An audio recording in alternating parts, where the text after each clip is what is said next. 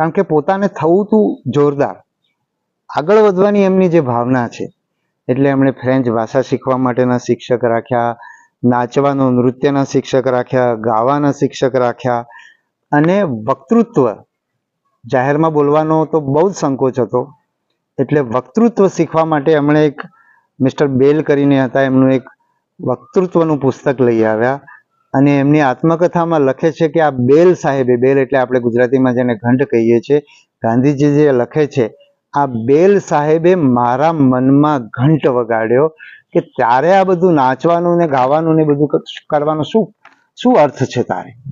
એટલે એમણે પછી પેલા જે શિક્ષકોને પૈસા આપ્યા હતા એમને એક પત્ર લખ્યો અને એમની પાસેથી પૈસા પાછા માંગ્યા અને એમણે આ નાચવા ગાવાનું બંધ કર્યું, અને એમણે સાચા વિદ્યાર્થી બનવાનું નક્કી કર્યું.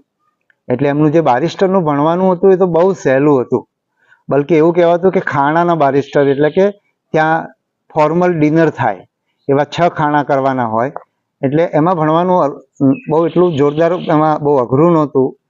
એટલે એમણે ત્યાંની લંડનની, એટલે કોઈને પૂછ્યું કે મારે કંઈક શીખવું હોય, ભણવું હોય તો મારે શું કરવાનું, એટલે કોઈએ કહ્યું કે એની મેટ્રિક્યુલેશનની પરીક્ષા છે, ઘણી અઘરી છે, જેમાં ફ્રેન્ચ ભાષા પણ શીખવાની હતી, જેમાં લેટિન ભાષા પણ શીખવાની હતી, અને એ પરીક્ષા આપવા હેતુથી એમણે ઘણા બધા પુસ્તકો વાંચ્યા, અને એ લખે છે કે સભ્ય બનવામાંથી, એટલે પેલું નાચવા ગાવાનું શીખીને જે સભ્ય સિવિલાઇઝ થવાની જે વાત હતી એ મૂકીને હું ઉત્તમ વિદ્યાર્થી બન્યો. હું આત્મકથામાંથી આ વાક્ય લખું છું.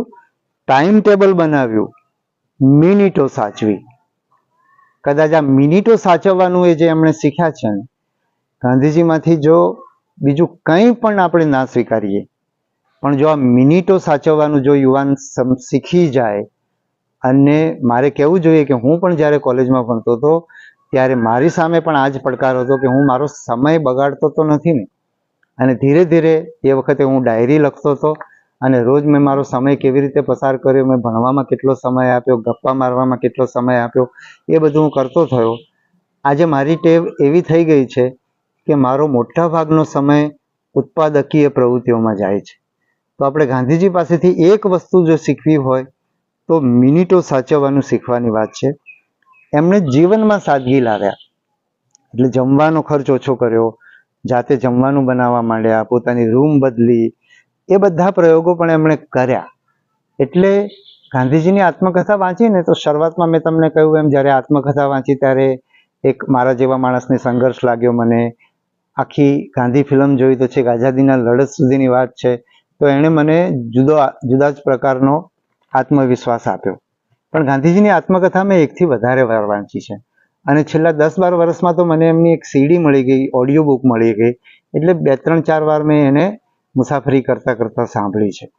તો છેલ્લે મને જે વસ્તુ પકડાણી એમના જીવનની એ છે કે એમનો પોતાના ઘડતરનો પ્રયોગ, એટલે કે લંડનમાં અંધાહાર મંડળમાં જોડાવાનું, એમાં ભાષણ આપવાનો નિષ્ફળ પ્રયત્ન કરવાનો, પોતાના જીવનની અંદર સાદગી લાવવાનો પ્રયત્ન કર્યો, મેટ્રિક્યુલેશનની પરીક્ષા આપવાની, બીજા પુસ્તકો વાંચવાનું એમણે કર્યું. પછી અહીંથી આવીને જ્યારે દક્ષિણ આફ્રિકા ગયા, તો દક્ષિણ આફ્રિકાની અંદર એક યુદ્ધ થયું, તો યુદ્ધના જે ઘાયલોને સારવાર કરવાનું કામ કર્યું.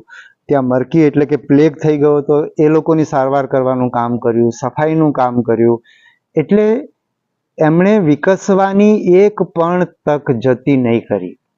મારે કહેવું જોઈએ કે હું જ્યારે કોલેજના છેલ્લા વર્ષમાં હતો ત્યારે હું વડોદરામાં ફતેગંજ વિસ્તારમાંથી અમારી બસ પસાર થતી, તો ત્યાં એક ફ્રેન્ડ સોસાયટી કરીને હતી. એ સોસાયટીમાં વિદ્યાર્થીઓને હું બધા જોતો, અમારા જેવા યુવાન લોકો કંઈક ને કંઈક કામ કરતા જોતા. એટલે મને પણ થયું કે મારે પણ સ્વૈચ્છિક સંસ્થામાં જોડાઈને કંઈક કામ કરવું છે. મેં 1-2 સ્વૈચ્છિક સંસ્થાઓની અંદર જોડાવાનો, મતલબ હું મળવા ગયો ને મને કંઈ આમાં બહુ ઝાઝો પ્રતિસાદ મળ્યો નહીં, અને હું જોડાઈ શક્યો નહીં. અને મારો જે સ્વભાવ છે શરમાળ, એ જોતા કદાચ હું જો પોલીસમાં ના આવ્યો હોત ને જાહેર જીવનમાં મારે આવવાનું ના થયું હોત, તો મેં સેવાના કામો હું ના કરી શક્યો હોત. પણ ગાંધીજીમાં એમણે નાનામાં નાની તક એમણે જવા દીધી નથી.